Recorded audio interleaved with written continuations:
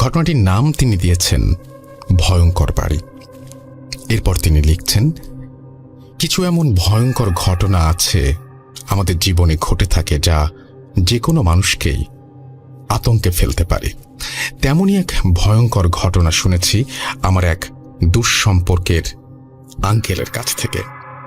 Uncle ছিলেন American প্রবাসী। দেশে আসার পরে আমাদের বাসায় বেড়াতে আসেন তিনি। তখন পারিবারিক আড্ডার মাঝেই আঙ্কেল ঘটনার প্রসঙ্গ তোলেন। পরবর্তীতে ঘটনাটি শোনানোর জন্য জোর দিলে আঙ্কেল বলা শুরু করেন। চলুন ঘটনায় যাওয়া যাক। আঙ্কেল যেভাবে বলেছেন, প্রায় 15 বছর আগের কাহিনী। তখন আমি নতুন নতুন আমেরিকায় গিয়েছি। সেখানকার একটি রেস্টুরেন্টের ওয়েটার ছিলাম তখন। প্রথমে যেই বাড়িতে থাকতাম সেই বাড়ির মালিক হঠাৎ একদিন জানায় যে সে তার বাড়িটি ভেঙে ফেলবে। তখন যেই বাড়িতে আমি সহ আমার 2 জন সঙ্গী থাকতাম তাদেরকে নিয়ে আমেরিকার বোস্টন শহরের একটি নির্জন এলাকার একটি বেশ পুরনো 2 তলা বাড়ি পরবর্তীতে বসবাসের জন্য খুঁজে বের করি। বাড়িটা কিছুটা পুরনো হলেও সুন্দর ছিল এবং তুলনামূলকভাবে ভাড়া কম হওয়ায় 3 জনই রাজি ছিলাম। বাড়িটি যার কাছ থেকে নেই তাকে আমরা পুরো 1 মাসের ভাড়া শোধ করে বাড়িতে উঠি। বাড়িটি ডুপ্লেক্স সিস্টেমের ছিল, কিন্তু আমাদেরকে শুধু নিচের তলায় থাকার অনুমতি দেন। বাড়িটি খুলে দিয়ে যাওয়ার দিন কেয়ারটেকার আমাদের বলে যান মাঝে মধ্যে কিছু আওয়াজ হতে পারে যেগুলো কখনো কান দেবেন না এবং আওয়াজের উৎস খুঁজে তার পেছনে কখনো যাওয়ার চেষ্টা করবেন না। লোকটার কথা শুনে কিছুটা খটকা লাগলো, সন্দেহও হলো। আবার সন্দেহ বাড়ায় বাড়িটার 2য় তলায় যাওয়ায় যে সিঁড়িটা আছে সেটা দেখলাম যে কাঠ দিয়ে এমনভাবে বন্ধ করা যাতে কেউ ওপরে যেতে না পারে। বাড়িতে কি কোনো সমস্যা আছে নাকি? এই কথা কেয়ারটেকারকে জিজ্ঞেস করতে সে থতমত খেয়ে বলে, সমস্যা থাকলে কি আপনাদের কাছে ভাড়া দিতাম। তখন আমি বললাম, তাহলে ওপরে যাওয়ার সিঁড়ি বন্ধ কেন এবং কিসের আওয়াজের কথা বলছেন? কেয়ারটেকার বলল, ওপরের তলায় কিছু মূল্যবান জিনিসপত্র আছে, তাই কারো যাওয়ার অনুমতি নেই এবং আওয়াজ স্বাভাবিকভাবে আসতেই পারে, ওইগুলোতে কান দেবেন না। আমি এখন আসি, এই বলেই কেয়ারটেকার তাড়াহুড়ো করে চলে গেলেন। কিছুটা সন্দেহ থাকায় আমরা সেই সন্দেহ নিয়েই বাড়িটিতে থাকতে শুরু করলাম। প্রথম দিন ভালো কাটলো। ঘটনা শুরু হয় 2য় দিন থেকে। রাত 3টা এক বিকট আর্তচিৎকারে ঘুম ভেঙে যায়। হঠাৎ করে ঘুম ভেঙে যাওয়ায় শরীরে একটা কম্পন সৃষ্টি হয়েছে। বোঝার চেষ্টা করলাম কিসের আওয়াজ হতে পারে এটা। বুঝতে পারলাম অতিরিক্ত যন্ত্রণায় কাতর কোনো নারীর আত্মচিৎকার এটা। শব্দের উৎস খুঁজতে যাবার জন্য বের হয়ে উঠলাম এবং রুম থেকে বের হব এমন সময় মনে পড়ল কেয়ারটেকারের কথা। সে কোন রকম আওয়াজে কান দিতে মানা করেছে। অনেক কিছু ভাবার পর ঠিক করলাম সকালে উঠে বিষয়টা নিয়ে খোঁজ করব। পরের দিন সকালে বিষয়টা নিয়ে অনেক খোঁজাখুঁজির পরেও কিছু জানতে পারলাম না। 3য় দিন রাতেও ঠিক একই রকম আওয়াজ শুনলাম, কিন্তু মেয়েলি কণ্ঠটার পর পুরুষ কণ্ঠ বাঁচাও বাঁচাও বলে চিৎকার শুনতে পেলাম। কিছুটা ভয় পেলাম, তাই কাঁথা মুড়ি দিয়ে চুপচাপ ঘুমিয়ে পড়লাম। পরের দিন সকালে আমার এক সঙ্গীকে খুঁজে পাওয়া যাচ্ছে না। অনেক খোঁজাখুঁজির পর খেয়াল করলাম ওপরের তলার যে সিঁড়িটা কাঠের ব্যারিকেড দেওয়া সেটি পুরোপুরি ভাঙা। আমার আরেকজন সঙ্গীকে সাথে নিয়ে জলদি ওপরে উঠলাম। ওপরের ফ্লোরে উঠে দেখলাম রক্তে হ্যাচড়ানোর দাগ, যা একদম একটা রুম থেকে আরেকটা রুমে চলে গেছে। দাগ ফলো করে রুমটাতে ঢুকে যা দেখলাম তা দেখার জন্য আমরা প্রস্তুত ছিলাম না। দেখলাম আমার যেই সঙ্গীকে খুঁজে পাওয়া যাচ্ছিল না সে মেঝেতে রক্তাক্ত অবস্থায় পড়ে আছে। আমরা তাড়াতাড়ি তাকে নিচের তলায় নিয়ে এলাম এবং পুলিশ আর অ্যাম্বুলেন্স খবর দিলাম। আমার সঙ্গীর অবস্থা খুবই খারাপ, আইসিইউতে অ্যাডমিটেড হলো। পুলিশ আমাদের জিজ্ঞাসাবাদ করছে। আমি পুরো ঘটনা খুলে বলি। পুলিশ আমাকে বলেন, আপনারা যে এই বাড়িতে থাকতে এসেছেন এটি তো একটি পরিত্যক্ত বাড়ি। এই বাড়ি ঘিরে অনেক ভয়ঙ্কর ঘটনা রয়েছে। পরে আমি বললাম যে কেয়ারটেকার তো আমাদের তেমন কিছু বলেনি। পুলিশ অফিসার বললেন, কিসের কেয়ারটেকার? এই বাড়ি দেখাশোনা করার কোনো লোকই তো নেই এবং এই বাড়ির মালিক 7 বছর আগে মারা গেছেন। আর আপনারা যার কাছ থেকে ভাড়া নিয়েছেন সে হয়তো কোনো প্রতারণা করে পালিয়ে গেছে আপনাদের সাথে। এসব শুনে মাথায় যেন আকাশ ভেঙে পড়ল। পরে বাড়িটি পুলিশ সিলগালা করে দিয়ে চলে গেল। এবং আমার সঙ্গী সুস্থ না হওয়া পর্যন্ত এই শহর ছেড়ে কোথাও যেতে না করলো আমাদের। প্রায় 1.5 মাস পর আমার সঙ্গী কিছুটা সুস্থ হলেন। পরে পুলিশ তার মুখে পুরো ঘটনা শুনতে এলো। তার সাথে ঘটে যাওয়া সেই রাতের ঘটনা সে আমাদের বলতে লাগলো। সেদিন রাতে সেও ওই আর্তনাদ শুনতে পায় এবং সেই আওয়াজের উৎস খুঁজতে রুম থেকে বের হয় এবং বুঝতে পারে আওয়াজটি ওপরের তলা থেকে আসছে। সে ওপরের তলায় যাওয়ার সিঁড়ির সামনে যেতেই কেউ একজন গোঙানো আওয়াজ করে বলে, উঠে আমাকে একটু জল দাও। সে একটু সামনে এগোতেই তার ভেতরে কোনো এক অজানা শক্তি কাজ করলো এবং সে সিঁড়ির মাঝের কাঠের ব্যারিকেড ভেঙে ফেললো। আর একটু ওপরে যেতেই সে একটি রুম থেকে গোঙানির আওয়াজ পেল। সেই রুমের সামনে আসতেই বিচ্ছিরি এক গন্ধ তার নাকে ভেসে এলো। আর একটু সামনে এগোতেই সে দেখতে পেল এক মুমূর্ষ নারীকে। একই অবস্থা তার, পুরো শরীর থেকে মাংস পচে গলে পড়ছে এবং নারীটি তাকে দেখে একটু পানি দিতে বলল। এই দৃশ্য দেখে সে ভয়ে পেছন ফিরে এক দৌড় দেয়। এমন সময় সেই নারী ধপ করে তার সামনে চলে আসে এবং সে নারীর সাথে ধাক্কা খেয়ে মাটিতে পড়ে যায়। কোনো মতে উঠে আবার পালাবার চেষ্টা করে, কিন্তু ভয়ঙ্কর নারীটি এইবার তাকে পুরোপুরি চেপে ধরে। এক প্রকার ধস্তাধস্তি হয় তাদের মাঝে এবং অবয়বটা তাকে হাওয়ায় উড়িয়ে নিয়ে একের পর এক দেয়ালে আঘাত করতে থাকে। ফলে এক সময় শরীর ক্ষতবিক্ষত হয়ে এক পর্যায়ে রক্তাক্ত হয়ে সে জ্ঞান হারায়। পরে খোঁজ নেবার পর আমরা জানতে পারি বছরখানেক আগে এই বাড়িতে এক দম্পতি থাকতেন। সেই দম্পতির স্বামী তার স্ত্রীকে ফেলে আরেক মেয়েকে বিয়ে করে অন্য শহরে চলে যান এবং সেই স্ত্রী এই বাড়িতে একদিন গুরুতর অসুস্থ হয়ে যত্নের অভাবে না খেতে পেয়ে ধুকে ধুকে মৃত্যুর কোলে ঢলে পড়ে।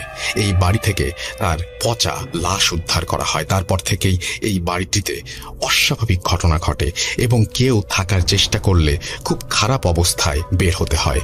শুনেছি এই পর্যন্ত 2 জনের মৃত্যুও হয়েছে এই বাড়িতে। তো এই ছিল ঘটনা। ভালো লাগলে পড়ে শোনাবেন। আমি অনেক দিন পর একটা চমৎকার ঘটনা পড়লাম আসলে, এবং এই ঘটনাটা পড়তে গিয়ে আমি কয়েকবার নিজে শিহরিত হয়েছি।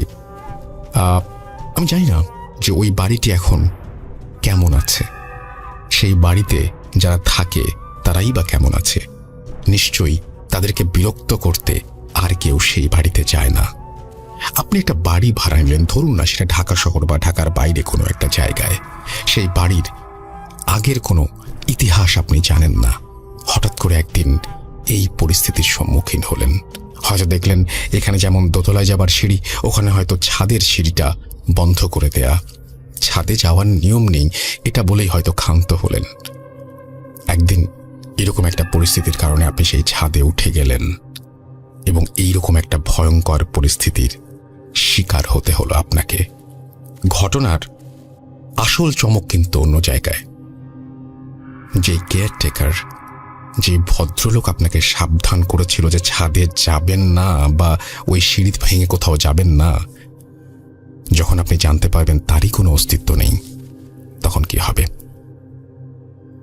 আপনি একটা বাসায় আছেন, নিচে এক দারোয়ানকে দেখেন, তিনি প্রতিদিন আপনার গেট খুলে দেন। রাত করে বাসায় ফেরেন, তিনি দরজা খুলে দেন। একদিন হঠাৎ করে আপনাদের হয়তো অ্যাপার্টমেন্টের সোসাইটির কোনো একটা মিটিংয়ে আপনি জানতে পারলেন এইরকম কোনো দারোয়ানের কোনো অস্তিত্বই এই বাড়িতে নেই, শুধু আপনারই তার সাথে দেখা হয়েছে। কেমন লাগবে একটু বলুন তো? I am not a storyteller, but আমার মনে হয় যে অ্যাজ আ লিসনার এরকম কোনো ঘটনা যেরকমভাবে আমাকে আতঙ্কিত করে, যারা এটা ফেস করে তাদের আরো লক্ষ কোটি গুণ বেশি আতঙ্কের মধ্যে নিয়ে এসে ফেলে। যদি কোনো ঘটনা থাকে এরকম, জানিয়ে দিন। আমাদের ইমেল অ্যাড্রেস হচ্ছে russell.booth.com@gmail.com। অপেক্ষায় থাকলাম আপনার ঘটনায়। চলুন চলে যাই আমাদের পরের স্টোরিতে।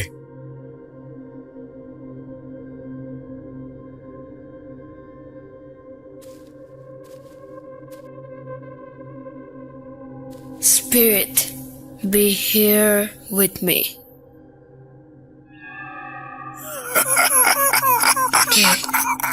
কে তুমি? Booth.com. The fear returns with Russell.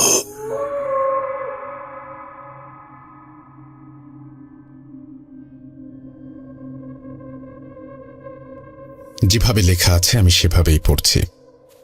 লিখছেন, আসসালামু আলাইকুম রাসেল ভাই, আপনি সবসময় ভালো থাকেন বলেই আপনি কেমন আছেন সেটা জিজ্ঞেস করলাম না। আমার নাম রবিউসানি নুহাস। কিছুদিন আগে একটি ঘটনা পাঠিয়েছিলাম, আপনি সেই ঘটনা পড়ে শুনিয়েছেন বলে আবার ঘটনা পাঠানোর আগ্রহ পেলাম। আজকে আমি আমার ফুফাতো বোনের সাথে ঘটে যাওয়া একটি ঘটনা আপনাদের সাথে শেয়ার করব, ভালো লাগলে পড়ে শোনাবেন। ঘটনা শুরু করার আগে আমার আপুর নামটা বলে নেই। আমার আপুর নাম ইসরাত জাহান সাফিয়া। এটা আমার আপুর সাথে ঘটা একটি ঘটনা। আপু যেভাবে বলেছিল আমি ঠিক সেভাবে বলার চেষ্টা করছি।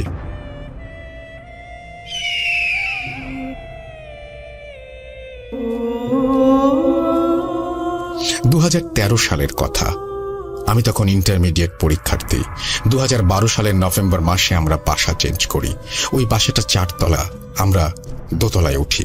আমাদের বাসার নিচের তলায় থাকতেন যারা, তাদের খুব অল্প দিনেই খুব ভালো সম্পর্ক হয়ে ওঠে। সম্পর্কটা আরো ভালো হওয়ার কারণ হচ্ছে সেই বাসায় আমার সমবয়সী একটি মেয়ে ছিল। ওর নাম নিশি, সেও ইন্টারমিডিয়েট পরীক্ষার্থী। তাই আমাদের ভাবটা জমে উঠেছিল। আমরা বিকেলে প্রায়ই ছাদে উঠে গল্প করতাম। দেখতে দেখতে আমাদের এক্সাম চলে এলো। তখন আর আগের মতো নিয়মিত ছাদে যাওয়া হতো না। পরীক্ষা শেষ হলো, আমি আর নিশি আবার আগের মতো আড্ডা দেওয়ার জন্য ছাদে চলে যেতাম। একদিন গল্প করতে করতে ভূত নিয়ে আমাদের গল্পের মূল বিষয়বস্তু হয়ে ওঠে। ও আমাকে বলল, তুমি জিন বিশ্বাস করো? আমি বললাম, হ্যাঁ করি। কখন তাদের দেখেছো? আমি মাথা নাড়িয়ে না বললাম। এবার আমি হেসে উড়িয়ে দিয়ে বললাম, নিশি তুমি এমন ভাবে জিজ্ঞেস করছো যেন তুমি নিজেই দেখেছো। নিশি বলল, আমি তোমাকে কিছু বলতে চাই। আমি বললাম, আচ্ছা বলো। তখন মাগরিবের আজান দিয়ে দেয়। নিশি বলে, তুমি আমাদের বাসায় 1 ঘন্টা পরে এসো, তোমাকে আমি কিছু বলবো। আমি বললাম, আচ্ছা ঠিক আছে, কাল আসি। নিশি বলল, না আজই। আমার কেমন যেন লাগলো ব্যাপারটা। অনিচ্ছা থাকা সত্ত্বেও বললাম, আচ্ছা আসবো। ওর বাসায় এই প্রথমবার গেলাম। ও সোজা ওর রুমে আমাকে নিয়ে গেল। ছোট্ট একটা রুম, খুব গুছানো। ও আমাকে বসতে বলল। 5-10 মিনিট কথা বলার পর খেয়াল করলাম যতবারই ও আমাকে কিছু বলতে চাচ্ছে দেখি আন্টি উঁকি দিচ্ছে। আমার যতদূর মনে হলো যে আন্টি নিশিকে কারো সাথে মন খুলে কথা বলতে দেন না, কিংবা আন্টির লুকিয়ে কথা শোনার ইচ্ছে হচ্ছিল। যাই হোক, আমি পাত্তা দিলাম না। কথা বলতে বলতে হঠাৎ আমার খুব পানির পিপাসা পেল। ও পানি আনতে অন্য রুমে গেল। এইবার চোখ পড়ল ওর টেবিলের ওপর। দেখলাম একটা পানি ভর্তি বড় বোতল রাখা আছে। আমি বোতলটার মুখ খুলে পানি খেতে যাব, তখনই ওর মা রুমে এসে বলল, ওটা নিশির পানি পড়া বোতলটা ধরো না। উনি হঠাৎ রুমে চলে আসায় চমকে গিয়ে বোতলটা আমার হাত থেকে পড়ে গেল। নিশি এসে বলল, কিছু হবে না, আমি দেখছি। মনে হলো আন্টি আমার উপর রেগে গেলেন। এইবার দরজা লাগিয়ে নিশি আমার পাশে বসলো। আমি বললাম, এই পানি পড়া কিসের জন্য?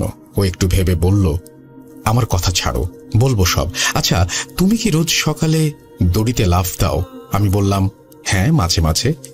ও আমার হাতটা শক্ত করে ধরে বলে, আর দড়ি লাফ দিও না প্লিজ। আমি জিজ্ঞেস করলাম, তোমার ঘুমের অসুবিধা হয়? তাহলে আমি বিকেলে দড়িতে লাফ দেব। ও মাথা নাড়িয়ে বলে, তোমাকে আমি মানা করছি, তুমি কোনো দিনও দড়িতে লাফ দিও না। এইবার আমি সত্যি সত্যি মনে মনে রেগে যাচ্ছি, কিন্তু প্রকাশ করছি না। এমন ভাবে বলছে যেন আমার বাসায় দড়িতে লাফ দেওয়ার ব্যাপারটার স্বাধীনতাটুকু পর্যন্ত আমার নেই। আমি দড়িতে লাফ দিলে ওর কি সমস্যা আমি বুঝতে পারছিলাম না। আমি বলি, দেখো কেন নিষেধ করছো যদি কোনো সমস্যা না থাকে? ও আমাকে থামিয়ে দিয়ে বলে, তোমার সমস্যা হবে, কষ্ট হবে। আমি তোমাকে রিকোয়েস্ট করছি, প্লিজ সাফিয়া, আমি তোমার ভালো চাই।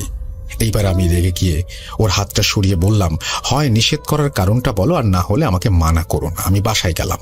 পেছন থেকে অবশ্য ও কয়েকবার ডেকেছিল, আমি পাত্তা দেইনি। রাতে খুব খারাপ লাগছিল। ওর সাথে ওইভাবে কথা বলাটা ঠিক হয়নি আমার। ভেবেছি কাল ছাদে দেখা হলে সরি বলে দেব, কিন্তু ওকে আর আমি পরের দিন ছাদে পাইনি। তাই সোজা তার বাসায় গেলাম। দেখি বাসায় 7 তলায় তালা মারা। মার কাছে শুনতে পাই ওরা গ্রামের বাড়ি গিয়েছে। ভাবলাম তাহলে পরে দেখা করে নিব। এদিকে আবার শুরু করলাম দড়িতে লাফ দেয়া। ভাবলাম ওরা বাসায় নাই, ওদের আর সমস্যা হবে না, ইচ্ছে মতো দড়িতে লাফ দিতাম। হঠাৎ খেয়াল করি আমার কোমরে ব্যথা অনুভব করছি। তাও দড়িতে লাফ দিলাম। ভাবলাম একদিন এক্সারসাইজ না করলে আমার শরীর আরো ব্যথা করবে, কিন্তু না, ব্যথা আমার মোটেও কমছে না। এই ব্যথা যেন যন্ত্রণায় পরিণত হচ্ছে। লুকিয়ে লুকিয়ে প্যারাসিটামল খেতে লাগলাম, না, তাও কমছে না। এমন দিন গেল আমি একদিনে 4-5টা প্যারাসিটামল খাচ্ছি, কিন্তু ব্যথা কমছে না। মা ইদানিং খেয়াল করছেন আমি অসুস্থ হয়ে যাচ্ছি, আগের মতো ছোটাছুটি করতে পারছি না, কেমন যেন নিস্তেজ ভাব। ব্যথা সহ্য করতে না পেরে মার সামনে একদিন কেঁদেই দেই। মা বলে কাল ডাক্তারের কাছে নিয়ে যাব, ধৈর্য ধরো, রাতটা পার করো কোনো রকম, আমি সকালে উঠে যাব। একই দেখি আমার গায়ে জ্বর, ব্যথার সীমা পরিসীমা যেন বাঁধ ভেঙে ফেলছে। এত যন্ত্রণা আমার আগে হয়নি। আমি একা শুয়ে থেকে আর উঠে বসতে পারছি না। মাকে ডাকলাম, মা এসে আমার এই অবস্থা দেখে ভয় পেয়ে গেলেন। আমাকে মা বসতে সাহায্য করলেন। বিশ্বাস করেন, এত যন্ত্রণা আমার আগে কখনো হয়নি। মনে হচ্ছিল আমার কোমরের হাড় ভেঙে গিয়েছে, ব্যথায় আমার গলা শুকিয়ে যাচ্ছে। টানা 30 মিনিট পর আমি উঠে বসি। মাকে বলি আমার গলা শুকিয়ে গিয়েছে, আমাকে পানি খাওয়াও। আমি টানা 3 গ্লাস পানি খেয়েছিলাম। আসলে আমার গলা না, আমার যেন আত্মাটাই শুকিয়ে গিয়েছিল। সকাল পেরিয়ে দুপুর হলো, এই ব্যথায় যেন আরো এক নতুন মাত্রা যোগ হলো। যেমনটা আমাদের ঘুমের সময় পায়ের মাসেলের রগের টান পড়লে হয়, ঠিক তেমন। আর সহ্য করতে পারছি না, কিছুক্ষণ পরপরই রগের টান। এদিকে মা তো অস্থির। আমার মামা অর্থোপেডিক্সের ডাক্তার। মা এবার মামাকে কল দিয়ে বিস্তারিত বললেন।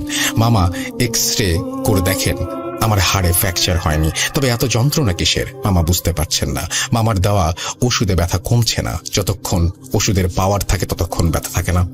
এটা তো আমার চিন্তার বিষয়। এদিকে দিনে দিনে আমার অবস্থা আরো খারাপ হতে লাগলো। বিছানায় বসেই খাওয়া, ঘুম আর ঘরের ভেতরেই টয়লেটের ব্যবস্থা করা হয়েছিল। সবটা আমার মা একা করেছিলেন। মা গভর্নমেন্ট স্কুলের হেডমিস্ট্রেস, তাই মাকে সারাদিন কাছে পেতাম না।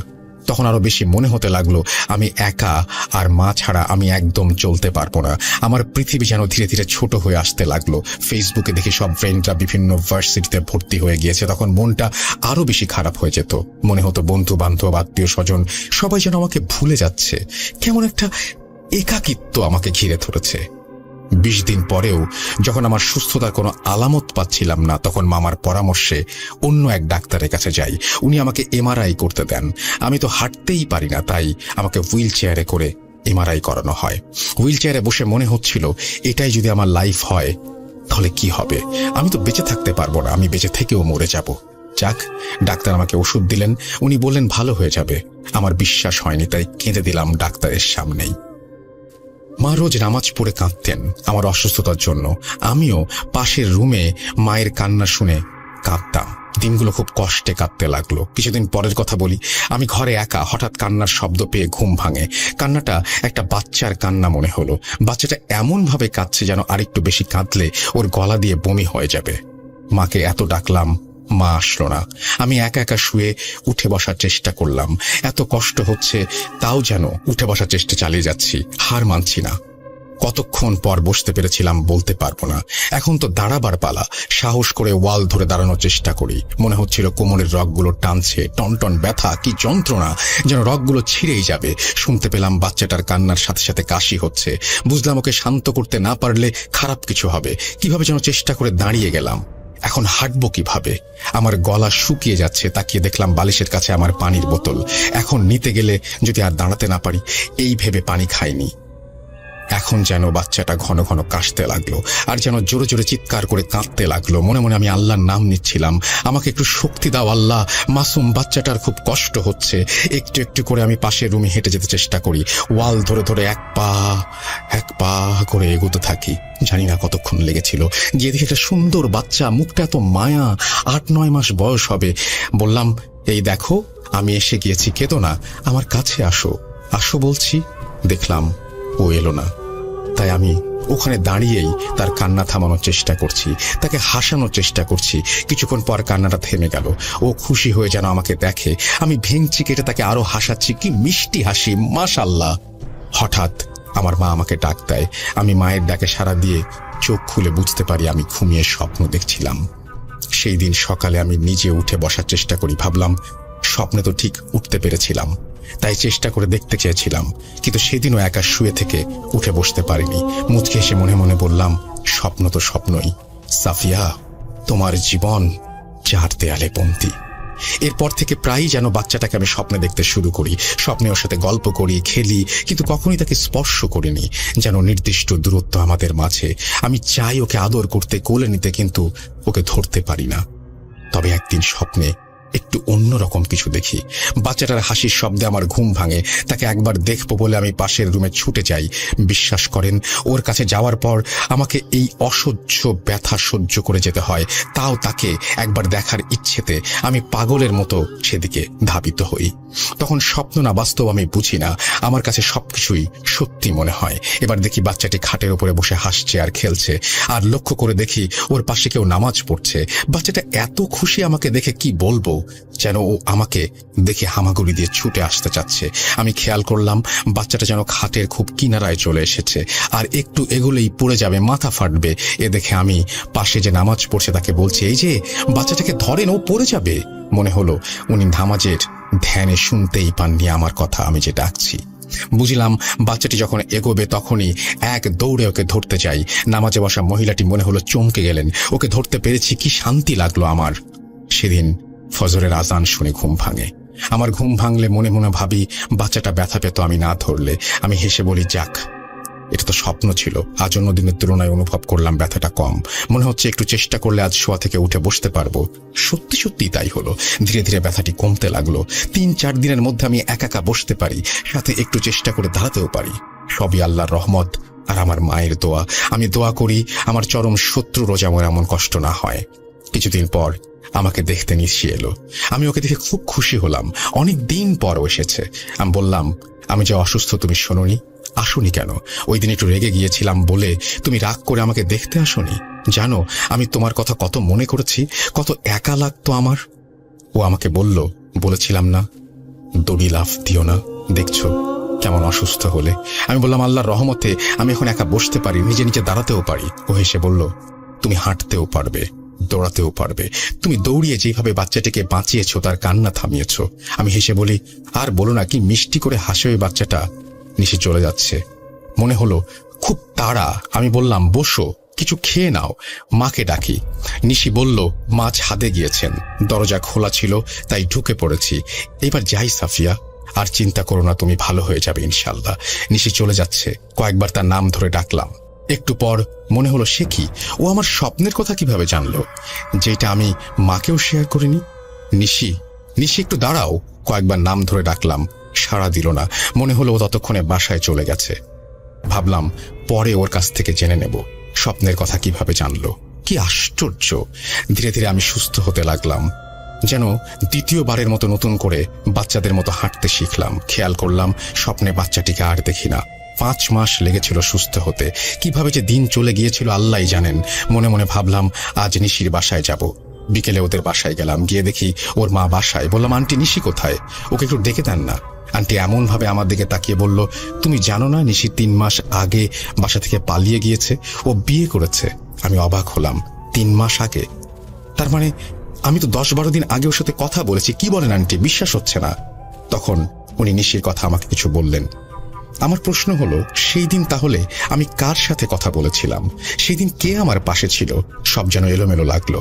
মনে মনে ভাবলাম, ওর সাথে যদি আবার কোনোদিন দেখা হয় তাহলে ওকে জিজ্ঞেস করব, ও কেন আমাকে দড়িতে লাফ দিতে মানা করেছিল। আমি যে অসুস্থ হব সেটা কিভাবে জানতো? আমার স্বপ্নের কথা কিভাবে জানলো? কিভাবে আমার বাসায় এসেছিল? অনেক অনেক প্রশ্ন জমে আছে। এই ছিল আমার ঘটনা।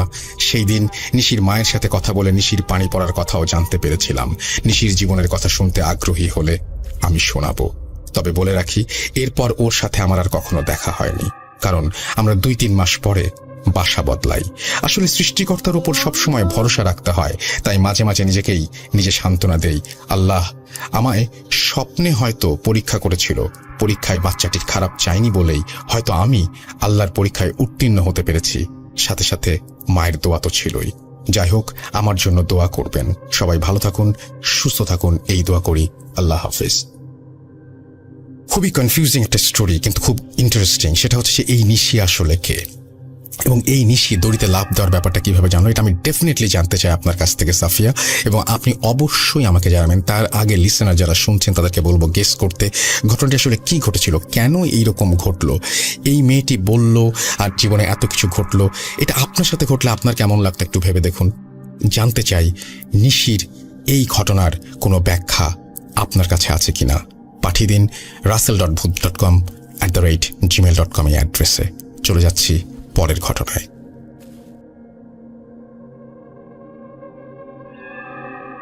Spirit, be here with me.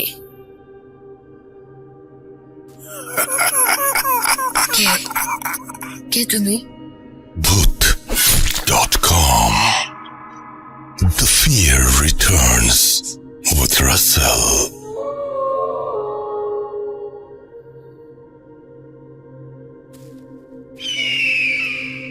আসসালামু আলাইকুম রাসেল ভাই এবং আসসালামু আলাইকুম লিসেনার্স। আমি মোহাম্মদ জুবাইর ইসলাম।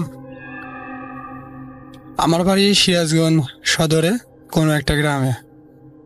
তো আমি আজকে আপনাদের সামনে যে ঘটনাটা শেয়ার করব সেটা কতটা ভয়ের সেটা আমার জানা নেই, তবে একটা সত্যি ঘটনা।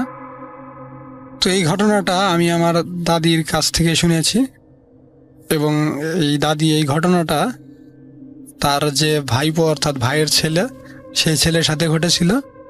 তো সেই ঘটনাটা আমি দাদির মুখ থেকে যেভাবে শুনেছি আপনাদের সাথে আমি সেভাবেই শেয়ার করছি।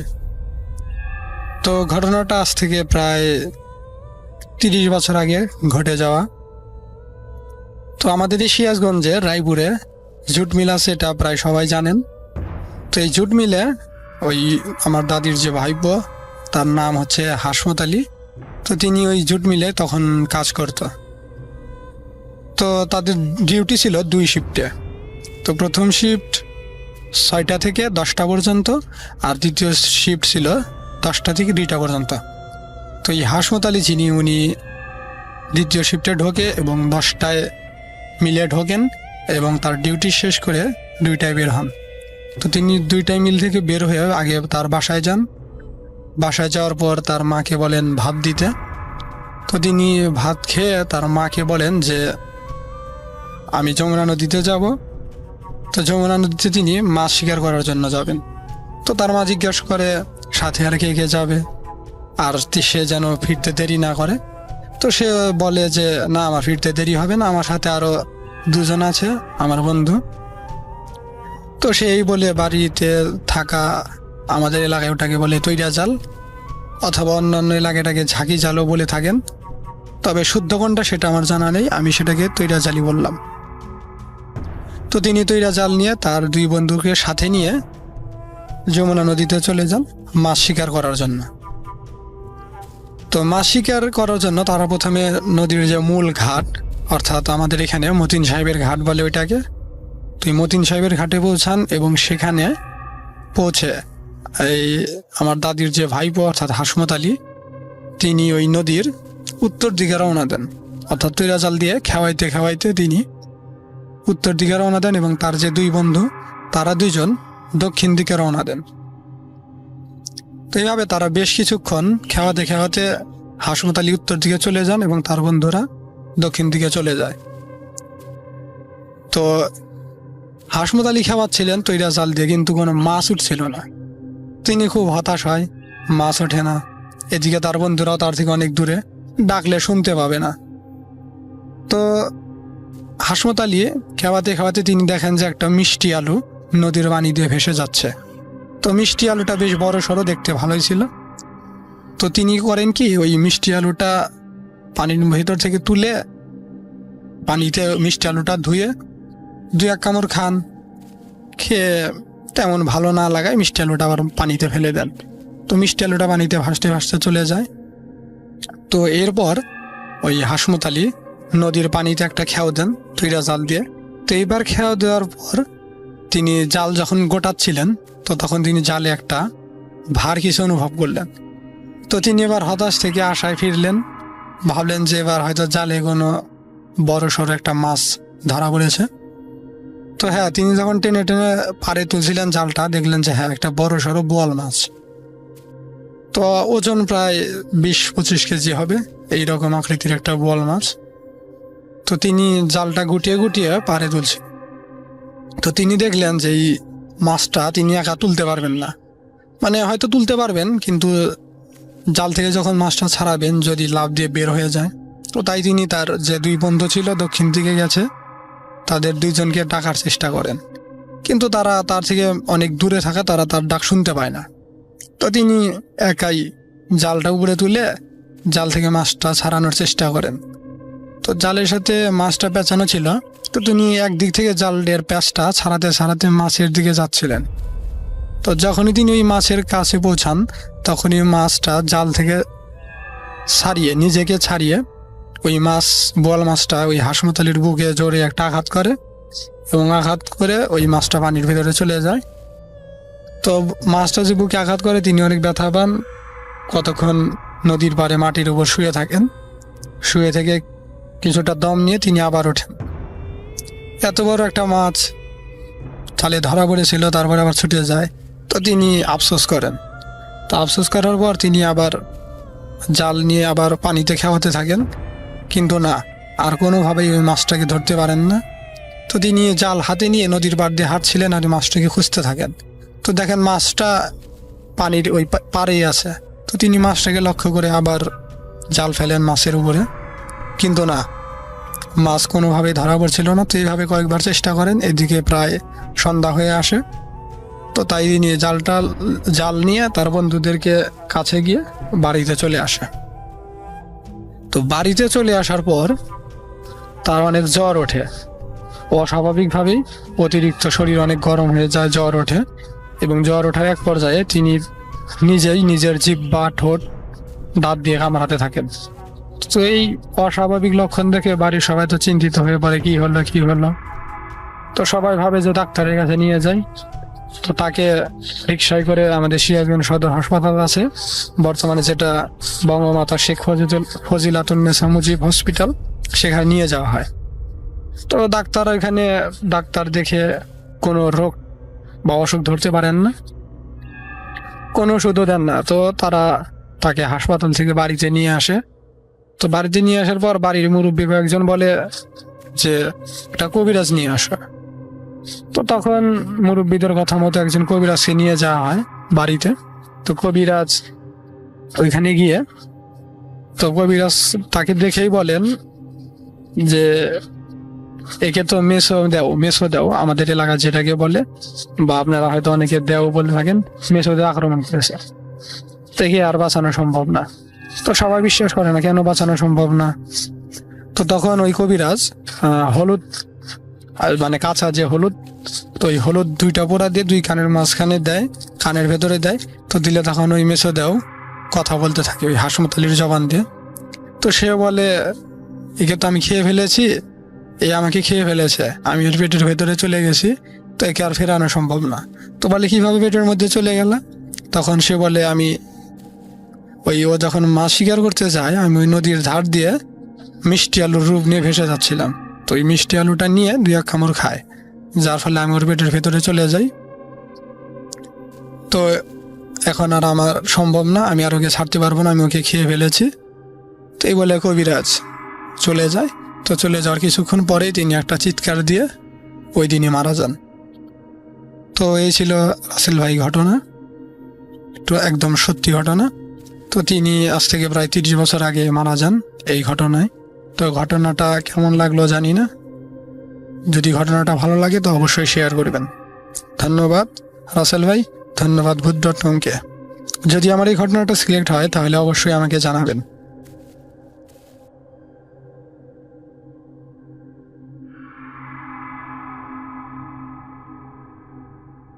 Spirit, be here with me.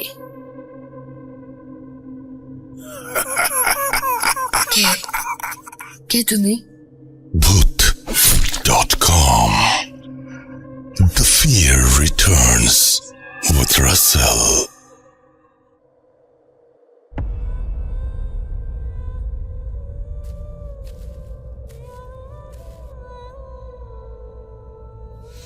Yes, শুনছেন ভূত.com এবং আমি আশা করছি যে আপনারা সবাই এনজয় করছেন। আরও ঘটনা রয়েছে, সুতরাং কেউ কোথাও যাবেন না। Thank you very much. আমরা চলে যাব আমাদের পরবর্তী স্টোরিতে। আশা করছি এই ঘটনাটি আপনাদের ভালো লাগবে এবং আমাদের সঙ্গে পুরোটা সময় থাকবেন। চলুন কথা না বাড়িয়ে সরাসরি চলে যাই পরবর্তী ঘটনায়। Spirit, be here with me.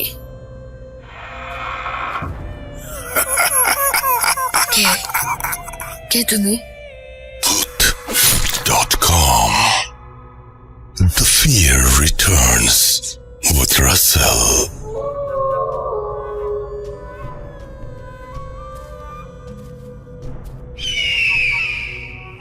আসসালামু আলাইকুম রাসেল ভাই এবং সকল লিসেনার্স, আশা করছি সবাই ভালো আছেন এবং সুস্থ আছেন। সো আজকে আমি যে ঘটনাটা শেয়ার করতে চাই সেটা বেসিক্যালি আমার ফ্যামিলির সাথে ঘটে যাওয়া, আমার ফ্যামিলি রিলেটেড। সো এই ঘটনাটা হচ্ছে খুব সম্ভবত 2007-এর ঘটনা, বাট 2006 অথবা 7 যে কোনো একটা হবে। সো আমি গল্প বলার সুবিধার্থে অ্যান্ড আমার ফ্যামিলি প্রাইভেসি মেনটেনের সুবিধার্থে আমি ফ্যামিলির প্রত্যেকটা চরিত্র বা প্রত্যেকটা ক্যারেক্টারকে ছদ্মনাম হিসাবে ব্যবহার করছি। তো 2007 সালের দিকের ঘটনা, যখন আমার ভাবি, আগে একটু ফ্যামিলির বিষয়টা বলি। ফ্যামিলিতে আমি, বাবা, মা, বড় ভাই, বড় ভাইয়ের ওয়াইফ, এই 5 জন ছিলাম বেসিক্যালি। সো বড় ভাইয়ের ওয়াইফ ওই আপনার 2007-এ ওই সময় একটা বড় ধরনের মারাত্মক ব্যাধি বা রোগে আক্রান্ত হন এবং ওনাকে যখন হসপিটালাইজড করা হয় ওইখান থেকে ডক্টররা জানান যে তিনি আর হয়তো বেশি দিন পৃথিবীতে থাকবেন না বা বাঁচবেন না। সো এই সময়ের মধ্যে যতটুকু সম্ভব তার সেবা যত্ন করার ট্রাই করেন, সে যা যা খেতে চায় বা যা তার ইচ্ছা সেগুলাকে পূরণ করার চেষ্টা করেন, তার সাথে বিহেভিয়ার ঠিকঠাক রেখে ভালোভাবে সবকিছু মেনটেন করার ট্রাই করেন, কারণ তিনি 4-5 মাসের বেশি আর হয়তো পৃথিবীতে থাকবেন না বা বাঁচবেন না। এই কথা শোনার পর খুব স্বাভাবিকভাবে ফ্যামিলির মধ্যে একটা বড় ধরনের সমস্যা সৃষ্টি হয়ে গেল। অ্যান্ড ওনার অসুস্থতার মাত্রাটা এতই ছিল যে উনি দেখা গেছে একদম বিছানায় পড়ে গেছে, বিছানা থেকে উঠতে পারেন না, খাবার দাবারও একদম খাওয়া বন্ধ হয়ে গেছে টোটালি, মানে খুবই বাজে অবস্থা। তো এই অবস্থায় উনি এভাবেই চলছে, সবকিছু ট্রিটমেন্ট চলছে স্বাভাবিকভাবে। ডাক্তাররা যে সকল ওষুধ সাজেস্ট করেছিলেন সেই সকল ওষুধ দিয়ে ট্রিটমেন্ট, স্বাভাবিক ট্রিটমেন্ট আর কি চালানো হচ্ছে কোনো রকম। অ্যান্ড যা যা উনি চাচ্ছেন, খাবার দাবার টুকটাক এরকম পূরণ করা হচ্ছে আর কি। সো এইভাবেই চলছে। অ্যান্ড উনি আল্লাহর নাম পর্যন্ত কানে দেওয়ার একটা সিচুয়েশন তৈরি হয়ে গেছিল ওই সময়। তো যেই মেইন ঘটনাটা এই গল্পের আকর্ষণ, সেটা হচ্ছে একদিন রাতে উনি ঘুমিয়ে আছেন, সম্ভবত রাত 2:30 কি 2টা হবে এরকম সময় উনি রাত্রে ঘুমিয়ে আছেন। সম্ভবত বলে রাখি, আমরা হচ্ছে এই সময়টাতে ঢাকাতে যে কোনো একটা, পুরান ঢাকার যে কোনো একটা জায়গাতে থাকতাম ঢাকাতে। সো যেই বিল্ডিংটাতে থাকতাম সেই বিল্ডিং এর 2nd ফ্লোরে হচ্ছে ভাইয়ারা ওইখানে ওই দিন রাত্রে ছিলেন। সো যেই ঘটনাটা হয় সেটা হচ্ছে রাত 2টা 2:30টার দিকে উনি ঘুমিয়ে আছেন। হঠাৎ করে উনি ঘুমের ভেতর বা স্বপ্নের ঘরে উনি খেয়াল করছেন কেউ ওনাকে ডাকছে ওনার নাম ধরে।